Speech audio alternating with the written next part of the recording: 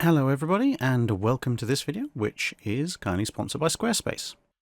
And today we're going to go over a little subset of the tools. So if you go into the web pages section, you can see we've got the main pages. So these are the ones that are displayed at the top of your website. So these are mine, as you can see, a variety of blog pages, a shopping page and various others, and they're all displayed up there on the right. And then you've got the non-linked pages. For the most part on my website, those are obviously the individual album pages which you access by going to the archive section.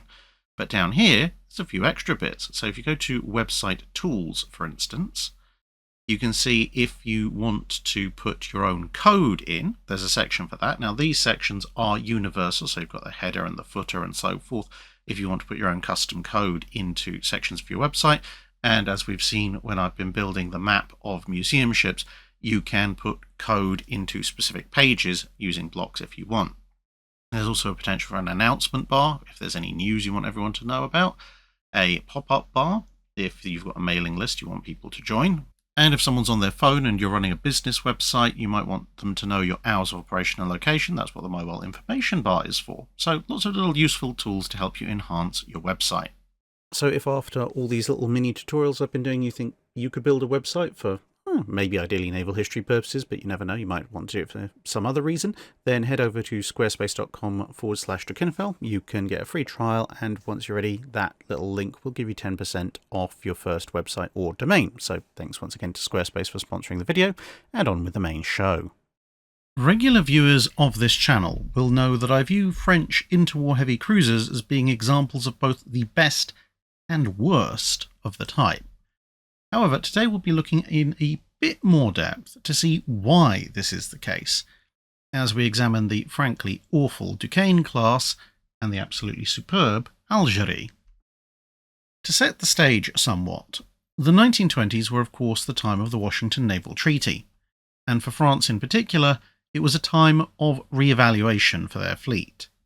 It was clear that the French battle fleet was somewhat behind the leading powers, but also that the French budget could not afford to build a whole new battle line, even if the treaty had allowed them to, which it didn't, albeit they did have some early replacement clauses, as while the treaty had left the UK with a battle line entirely made up of super dreadnought era ships, and the US and Japan had only a few older dreadnoughts left, the permitted French fleet tonnage included even pre-dreadnoughts, as did Italy's. There were two major types of warship that could be built, though, and both of these suited French interests. The submarine had proved its lethality, it was cheap, and France already had a fair amount of experience in building them, plus they had some surrendered German U-boats to poke at. The other type was the cruiser. Sure, destroyers, or in French parlance the distinct smaller torpilliers and larger contre-torpilliers, would and could still be built, but the cruiser was a much bigger and much more important issue. The French cruiser fleet was entirely out of date. The last French protected cruiser dated to the end of the 19th century, and the only ships that they had that came later than that were a handful of mid-1900s armoured cruisers, also completely outdated types, and a handful of vessels from the Central Powers, no two alike, which had been allocated as war reparations. They'd already started work on a trio of, roughly speaking, 8,000-ton cruisers armed with 6-inch guns, the Duguay Troyens, but these were sure to be outmassed and outgunned by the new treaty cruisers, which could be expected to rapidly push up to the 10,000-ton and 8-inch gun limits. Now, it should be noted at this point that during the 1920s the French didn't actually use the term heavy cruiser. Instead, all their new-build ships were termed light cruisers, as a contrast to the more heavily protected armoured cruisers, which, though obsolete, were still around. And after the London Naval Treaty split 6-inch and 8-inch armed cruisers into separate categories, they still refused to use the term heavy cruiser, instead using first class and second class to designate cruisers, the first class having the 8-inch guns, the second class the 6-inch. However, for the purposes of the ease of understanding for a broadly English-speaking audience, I'll be using light cruiser to describe 6-inch armed ships and heavy cruiser to describe 8-inch armed ships in this video. So, it was clear the Marine Nationale needed new cruisers, and it needed a lot of them. The plan, therefore, was to build no less than 21 new cruisers for a total fleet of 24 modern units, including the Duguay-Troyens. But what priorities and roles should these ships take on, since France was still a colonial power, but didn't have the finances to build lots and lots of different types of cruiser, as it and the other colonial powers had done in the past? The wish list that was generated was therefore as follows. A cruiser should have a very high speed to allow it to reach distant trouble spots quickly, and to escape from a more powerful enemy just as quickly, since of course battle cruisers featured in 2 out of the 3 largest navies, and the other of the top 3 navies, the US Navy, had just tried to build some. A cruiser should, if possible, have some form of anti-submarine defense or protection, since they might find themselves operating alone in confined waters, which was the perfect area for a submarine or small craft ambush.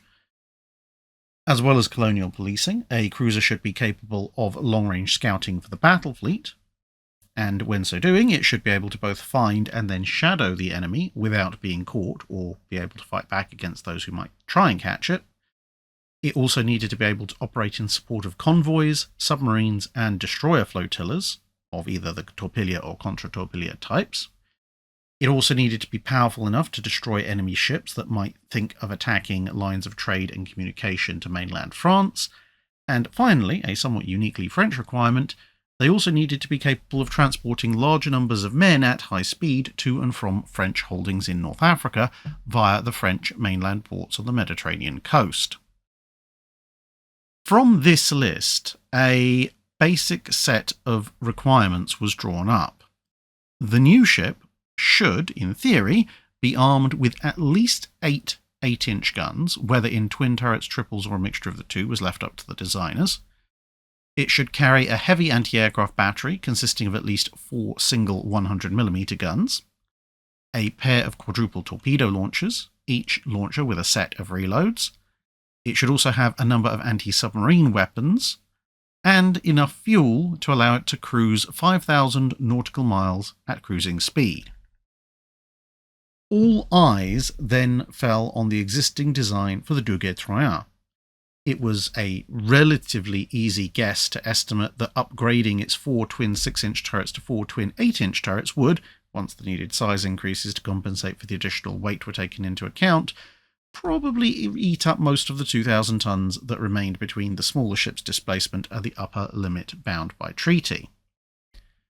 The existing ships were supposed to be able to hit 33 knots, and this was considered about the minimum needed to at least stay away from battle cruisers, if not outrun them, and any slight margins around the maximum tonnage could be focused into more speed, since the existing design, the Duguay-Troyens, had almost no armour, and this would therefore hold true for the larger ship, as there simply wasn't any spare displacement.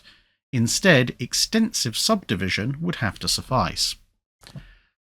Almost immediately, though, problems began to arise. Some thought that although the Duguay-Troyen's lack of protection might be okay against smaller 6-inch or lesser shells, which would probably be firing high explosive anyway, a large ship with 8-inch guns would be more likely to meet other ships that were similarly armed, and 8-inch armour-piercing rounds, which would be far more likely, would, against an unprotected vessel, be very, very likely to punch right through any bulkheads and detonate in either the machinery or magazine spaces to almost equally catastrophic effect. It seemed possible to put armour on the new ships, but only if they were prepared to lose about 2 knots, which it was thought would then leave the ships prey to battle cruisers, no matter how much realistic armour thickness you bolted onto them. Another issue was the armament. Although the calibre of the guns was only increasing by 1/3, the wonderfully ruthless square-cube law meant that both the shell and the charge weight more than doubled, as did the weight of the turrets. And then, of course, came the additions. This is the could you just, or would you mind, or, while you're at it, of the naval design world. In this case, the changes demanded were a doubling of the heavy anti-aircraft armament to 8 guns, plus the addition of 8 single medium anti-aircraft guns and a dozen anti-aircraft machine guns, and a seaplane with a catapult, crane, and necessary supplies to operate it, and in exchange the powers that be were willing to change the quadruple torpedo tubes to triples, but they insisted that these triple torpedo tubes now had to carry multiple reloads, which pretty much cancelled out any weight savings as a result of deleting a measly 2 tubes. Once you'd actually built a hull large enough to accommodate all of this armament, it turned out there was only just over 1,700 tons of displacement left once you'd added together the hull and weaponry, and that was on a ship that didn't have any machinery or armour at all. And if you used the existing machinery, you'd need around 2,100 tons of displacement to accommodate machinery powerful enough to get you up to 34 knots. Even with the very latest in experimental boilers and turbines, you still needed about 1,950 tons. This problem was, after some debate, sent out to the wider industry, and their solution ended up simply being to take the latest and greatest in machinery and ramp up the pressure of the boilers, from just over 250 psi in the Douai Troyens to just under 300 psi in the new ships, thus granting them the needed power without going over the treaty weight limits.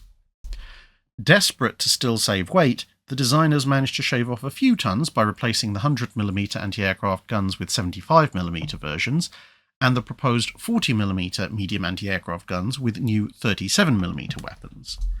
But the ship's sole protection remained just over an inch of regular steel plating on the turrets, conning tower, and over the magazines.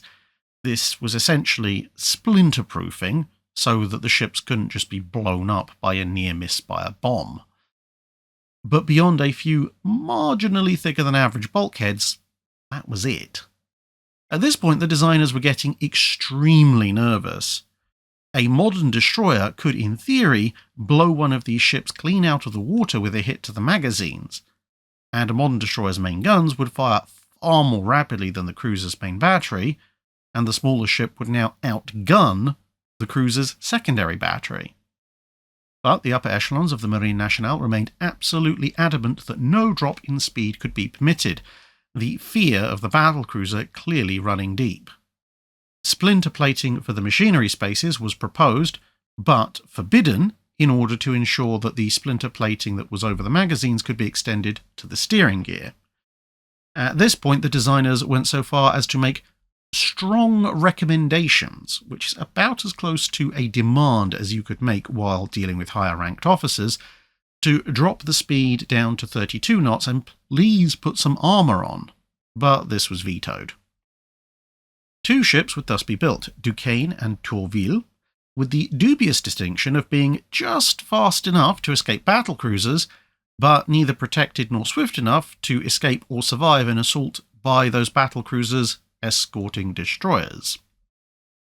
But you might ask, why did the Marine Nationale end up actually accepting a ship that might get blown up by an especially high-speed seagull if it hit the right area? Well, there was a combination of factors. Partially, the refusal of the upper echelons to accept recommendations to drop speed for protection. Although not the best protected ships of all time, the Duquesne's direct competitors, at least the ones that tried to stick to the treaty limits, these being the Pensacola's and Counties, managed to fit at least some meaningful armour over the really vital areas, and they averaged around 32 knots, give or take half a knot. And the American ship even managed it with a couple of extra main battery guns thrown in for good measure. However, there was also a more fundamental issue. The French steel industry had been world-leading pretty much from when truly industrial quantities of steel could actually be produced, but a combination of neglect, lack of demand, and lack of funding meant that by the early 1920s, the steel that was made available to French shipyards for general construction purposes was a generation or two behind the steel that was used in American, British, or Japanese yards for construction. This meant that in order to reach adequate strength, and this was important, especially given the higher speeds that were expected of the French cruisers, a given French hull plate or structural beam needed to be ever so slightly thicker than one that was made overseas in those other nations we just listed. Over the course of building an entire ship, this added up, and so the basic hull of these early French heavy cruisers weighed far more than it should have, further eating into any margin that might have been allocated for protection. Luckily, over the course of the late 1920s, the French steel industry was able to catch up, and by the 1930s it was once again able to produce steel of a strength and quality that could compete with the best foundries and forges in the world. In the interim, the French had pretty much exhausted the basic Duquesne design. They'd allowed speed to drop with the Suffren class, and thus bought themselves a modicum of protection, but still nothing all that much to write home about. But that all changed at the end of the decade with the design of the other heavy cruiser we're looking at, the other end of French heavy cruiser construction, Algerie. Now, as we've already seen, the French designers were extremely aware of their earlier cruisers' vulnerability, and with better steel available, and numerous new destroyers and small cruisers posing something of an existential threat to such poorly protected ships, there was clearly a need to save a lot of weight, to give a new cruiser actual armour. Additionally, the Italians had popped up with the Zara class. Mildly treaty-breaking though they were, at the time they seemed to indicate that a relatively balanced ship was actually possible, and more to the point, the Italians were about to deploy a series of heavily armed, well-protected and fast cruisers as potential soon-to-be opponents for the Marine Nationale. Thus emboldened, the French designers set out to work on a clean slate design with a particular goal to save as much weight as humanly possible and then funnel it all into protection. And boy, did they succeed magnificently. First to go was the obsession with 34 knots. That had already been allowed to slip with some of the Suffren class anyway, but with a clean sheet design they could take the most advantage of it, dropping 15 to 20 feet off of the overall length. Utilising their new world-class structural steel and extensive use of welding instead of riveting wherever possible in the new hull, although actually volumetrically turning out to be quite similar to the Duquesnes, they managed to lose almost 1,000 tons of dead weight just building the hull. Next was the machinery. The Suffrens used an unpopular three-shaft design with 90,000 cheval vapeur, or CV, a French measure that equates to just under 89,000 shaft horsepower, to reach 32 knots. It was at first proposed to drop this power output to 84,000 CV, or just under 83,000 shaft horsepower, which would give 31 knots using just 2 propeller shafts. The use of these 2 shafts and the drop in speed would save another 400 tons, and by upping the boiler pressure still further to around 380 psi with superheating, another 300 tons could be saved. But this raised questions. At overload capacity, each propeller shaft might have to handle something like almost 50,000 CV, around 49,000 shaft horsepower, something no large ship anywhere on the planet was expected to do, let alone a cruiser, until the advent of the Iowas and the Bismarcks almost a decade later, and those obviously used battleship-scale propeller shafts. Although the 2-shaft system would make for a slimmer hull, and hence the weight savings, the risk of just snapping or bending a prop shaft under its own engine power was far too great, and a 4-shaft arrangement was instead selected. They really didn't want to go back to a 3-shaft one, and hence the Algerie would have a slightly greater beam than the Duquesnes, hence why volumetrically the hull was about the same, and although this meant that they could only buy the 300-ton saving due to the higher pressure machinery, it also meant that with an overall broader hull, the hull was better suited to accept something almost unheard of in treaty cruisers, a somewhat meaningful anti-torpedo protection system. The higher pressure machinery taking up less space allowed the volume for this protective layer to be included, which would also result in another minor weight saving. By forcing the boilers close together amidships, they could be trunked into a single large funnel, which saved the top weight and stability effects of having 2 funnels, plus it opened up more deck space for other purposes. Still further savings came from abandoning the raised forecastle in favour of a gentle slope up to the bow, and even the decision to have an actual armour belt turned out to save weight. As there could now also be deck armour to complete a citadel, the rather tall internal strengthened bulkheads of the previous designs could be done away with, which saved another 400 tons or close to it. The large tripod foremast found on earlier French heavy cruisers was replaced with a somewhat more substantial superstructure tower, and a final flourish was made by adopting a slight tumble home along most of the hull except at the bow, which obviously had to flare. This wasn't enough of a tumble home to cause stability issues if the ship was to be flooded, like would happen with late 19th century French pre-dreadnoughts, but it was just enough to shave off a few more tons here and there and buy back a little bit more overall top weight for stability purposes. With all this spare weight, the designers now lavished their ship with armour. A 110mm or 4.3-inch thick belt afforded protection against any light cruiser or destroyer gun at anything apart from point-blank range, with some of the larger weapons that a light cruiser might carry, and it even afforded protection against most 8-inch guns at the longer battle ranges that cruisers were expected to start fighting at, with some protection even possible at medium ranges, assuming the ship wasn't presenting a perpendicular target. The deck was made up of 80mm or 3.1-inch thick plate at the maximum, giving good protection against pretty much any cruiser shell at the battle ranges where you were actually likely to hit something.